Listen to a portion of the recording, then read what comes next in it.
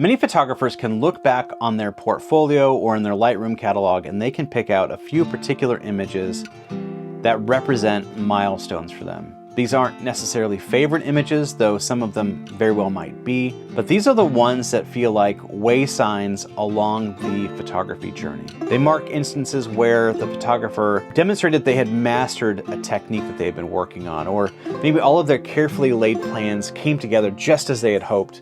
They achieved a vision for an image that they had been dreaming of. They achieved a new level of seeing, or maybe the image just represents a valuable lesson that they learned that they're going to carry forward. And in this video, I'm going to share 5 of my milestone images from my first 5 years as a photographer. And I think of them as threshold images because each one represents a moment when I feel like I crossed a threshold as a photographer. I wasn't the same photographer afterward as I was before. And I'm going to share these in the order in which I made them, along with the lessons that I learned from each one. And I would love to hear from you too in the comments.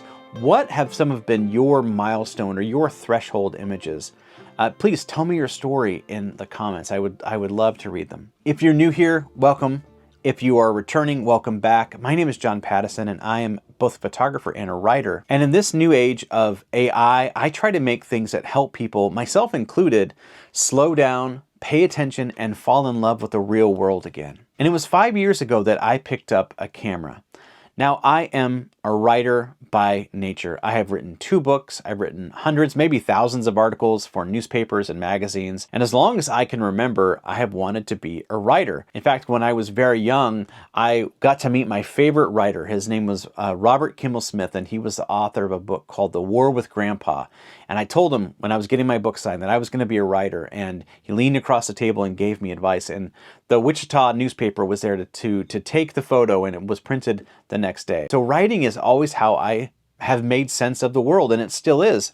And yet photography came to me relatively late in life, early middle age, as an unexpected gift. And maybe someday I will tell the full story of how that happened, but that's not this video. It's enough to say that I started doing photography very early in the pandemic when I began paying attention to the birds in my neighborhood. And there is a concept in bird watching called the spark bird. And this is the bird that sparks a lifelong love of birding. And for me, it was the simple dark-eyed juncos that were hanging out in my backyard. They had always been there, but I was just never paying close enough attention. And even though I don't do much bird photography anymore, it's how I got started. Birds were the spark that led me deeper into photography. And so it's fitting that my first milestone image is of this white-crowned sparrow on a fence post. And the lesson that I learned here was go to where the light is and shoot what's there. That's something that I heard National Geographic photographer Joel Sartori say. And one evening, with no particular destination in mind, but I saw there was some really interesting light developing. I got in my car to go to where the light is, and I found it on a country road just a couple of miles from my house, along with this white-crowned sparrow on a fence post. Now, to me, this image looks like it was taken in the middle of a desert during a summer sunset, especially because of the warm glow in the background. But that glow is actually the sunset reflecting off a metal shed on a farm. The beautiful light elevated the whole scene.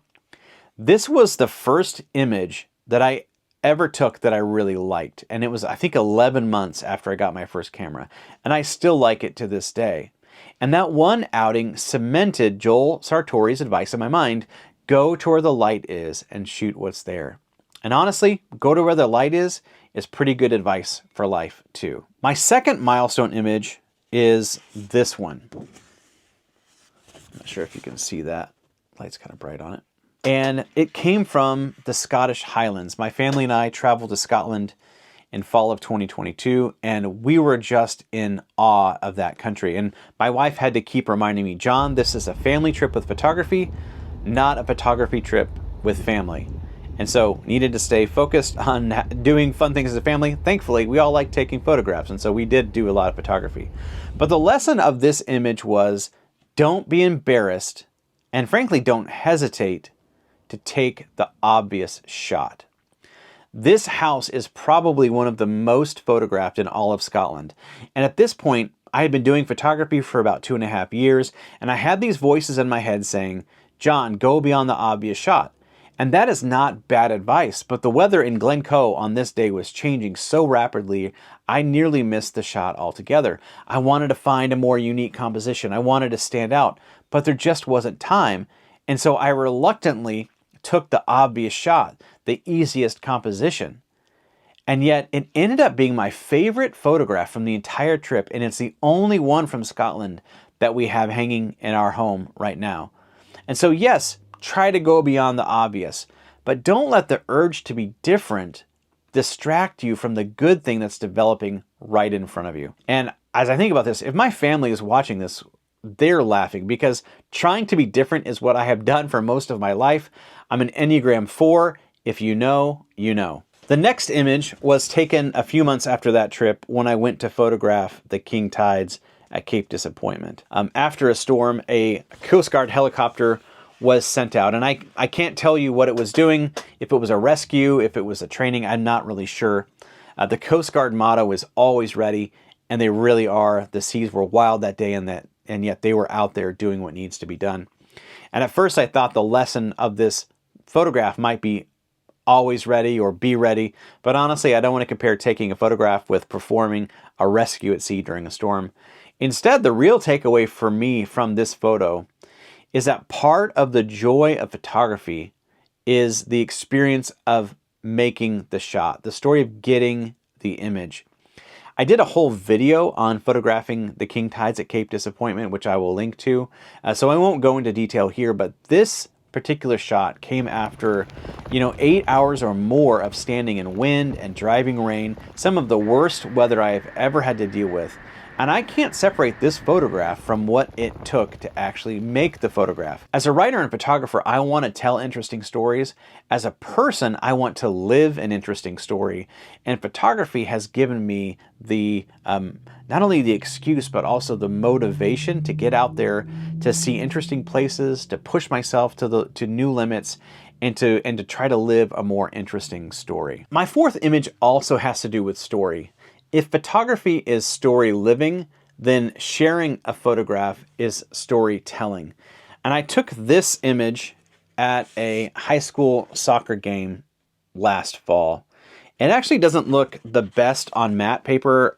It looks better in glossy, which I happen to have an extra copy of that. Not sure how well that's translating to the video. But what I love about this image is, well, I like the energy. I like the leg is bent sort of like mid-run. I like the silhouette. And what I love about this is that it could be any soccer field in the world. It's just kids playing their favorite sport until the sun goes down and then reluctantly heading home.